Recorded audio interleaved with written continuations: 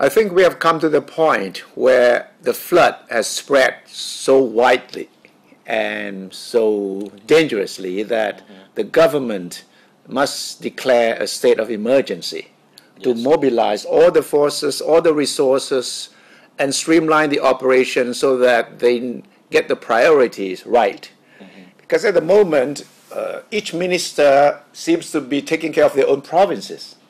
Yes, and there's some politics getting into play as well. Right, because it's the north, the northeast, or the south, the central plains, and you get political parties taking care of their own constituencies. And that's not going to work because the flood water does not have a political affiliation. They might have the luxury of thinking about politics 2 weeks ago when the situation was not this bad, but today I think we have to do something about it. Well, I think there's a law, the so-called state of emergency law, that covers all emergencies in the country. Yes, the same one that Kun Apisit invoked during the protest of the Red Shirt. The government of Kun Yingluck can just enforce the law to help with the situation. Well, I've seen China, I've seen the United States declaring emergencies for this particular sort of thing, that is natural disasters. In America, they have the so-called FEMA, Federal Emergency Management Agency, which comes under the Home Security Office, which is empowered to mobilize resources, be they military, civilians, private sector, volunteers, to come together and come under one direction so that they know where the worst case is and they go there right immediately, not to spread out the resources too thin, and in the end, nobody knows what is happening. It seems that everyone is doing the rearguard battle at the moment. Right. The Interior Ministry, even the military are not singing the same song at the moment. Yeah. And also the Kun Yingluck doesn't seem to have a real right-hand person when it comes to this situation.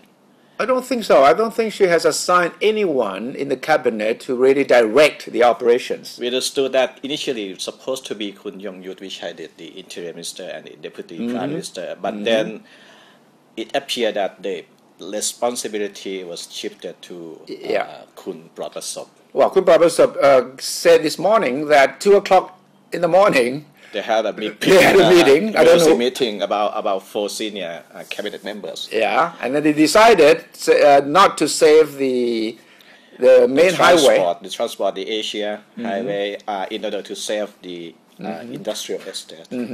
Well, that may be a right decision. We don't know, but it did not have the kind of a system that you can rely on. Right. You don't have the private sector to go in and give advice on whether all these factories, should be safe and how and what kind of damage is expected. Then you have the old World Heritage. Even UNESCO today had to say, hey, we are ready to help, which is very strange for UNESCO to say that if you need help, tell us. And not only that, we also have the issue of relief to the affected people. We've heard that only 20% of the affected people have received assistance at the moment from now. So apart from saving the big picture, there's people who are really suffering at the moment also. We see on TV the government coming out and say, please help, and then donate money. That's not going to work, because I heard a few governors on radio in being interviewed in the past few days. One governor said outright, please do not send any more rice. They cannot get the rice because in the flooded situation, you cannot cook rice. Right. And don't send the instant noodle because they cannot eat. There's no warm water for them. Please send ready-made food. Please send water. Please send things that they can just consume outright. Yes. But most people, when they say, let's go and help the flood victims, they don't know what to give. So they give instant noodles. That's the most popular item. That's right.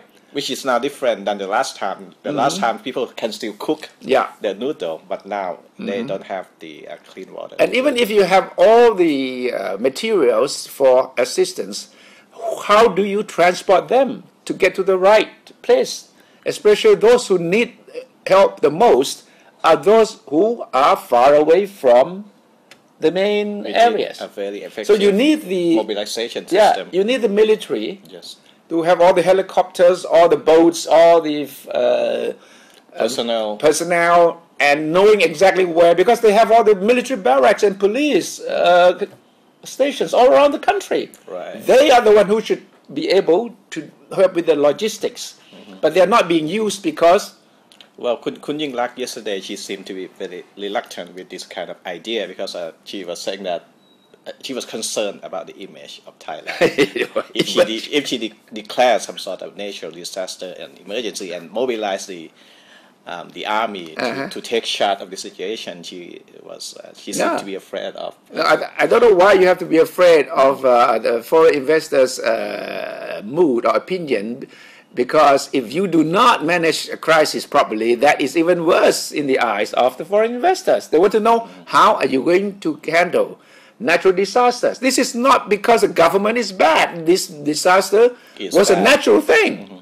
And it now reflects on how the government can react promptly, effectively, in a coordinated way. And that is what we are lacking. So we badly need a state of emergency declaration, a system, a coordination center, and a real sense of urgency.